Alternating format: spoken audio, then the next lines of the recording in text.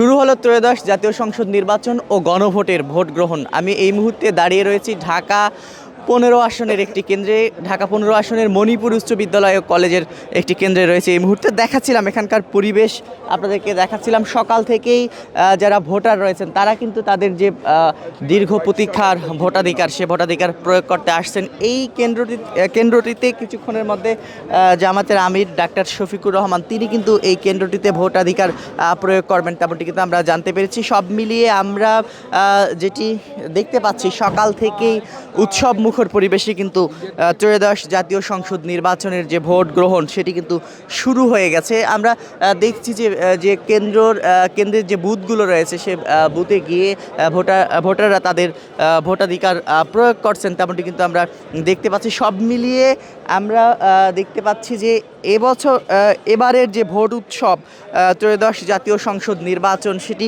উৎসবমুখর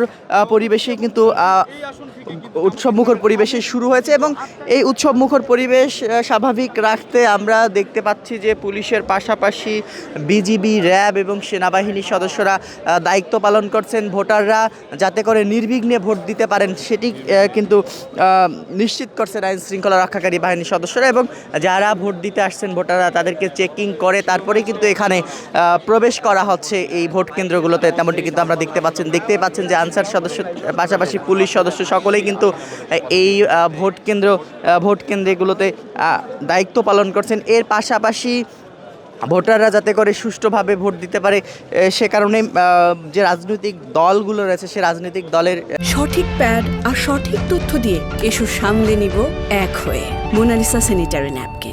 অনেক স্বেচ্ছাসেবীকেও আমরা দেখতে পাচ্ছি ভোট কেন্দ্রের বাহিরে, তারা কিন্তু বুথ তৈরি করেছেন এবং সে বুথে তারা কিন্তু ভোটারদের যে ভোটার স্লিপ বা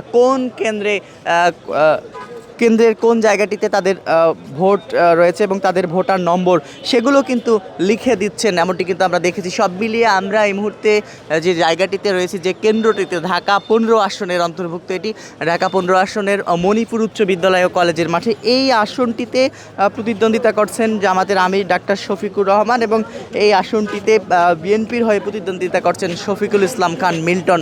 এই দুই প্রার্থীর মধ্যে কিন্তু এই আসনটিতে লড়াইয়ের সম্ভাবনা দেখছেন সাধারণ মানুষ, তেমনটি কিন্তু আমরা দেখতে পাচ্ছি। সব মিলিয়ে ভোটের যে আমেজ সেটি কিন্তু বেশ জোরে সোরেই আমরা দেখতে পাচ্ছি। সকাল থেকে কিন্তু ভোটের আমেজ শুরু হয়েছে, তেমনটি কিন্তু আমরা দেখছি। সব মিলিয়ে আমরা কিন্তু এখানে রয়েছি এবং ভোটাররাও কিন্তু প্রবেশ করেছেন। অনেকে আবার সকাল থেকে অনেকে লাইন ধরেছেন, যেহেতু এই আসনটিতে কিছুক্ষণের মধ্যেই জামাত আমির ডাক্তার শফিকুর রহমান তিনি ভোট দিতে আসবেন, তার কারণেই কিন্তু এখানে সকাল থেকে কিছুটা ভিড় লক্ষ্য করা গেছে। যখন ভোট শুরু হয় সকাল 7:30 থেকে যখন ভোট শুরু হয় তার আগেই কিন্তু কিছু ভোটারকে লাইনে দাঁড়াতে আমরা দেখেছিলাম। সকাল 7:30 থেকে ভোট গ্রহণ শুরু হয়ে 4:30 পর্যন্ত বিরতিহীনভাবে এবারের ত্রয়োদশ জাতীয় সংসদ নির্বাচনের যে ভোট গ্রহণ সেটি কিন্তু চলছে এবং সেটি কিন্তু নিরবিচ্ছিন্নভাবে চলবে। তো এই ছিল এখন পর্যন্ত মণিপুর উচ্চ বিদ্যালয় ও কলেজের ভোট কেন্দ্রের সর্বশেষ পরিস্থিতি।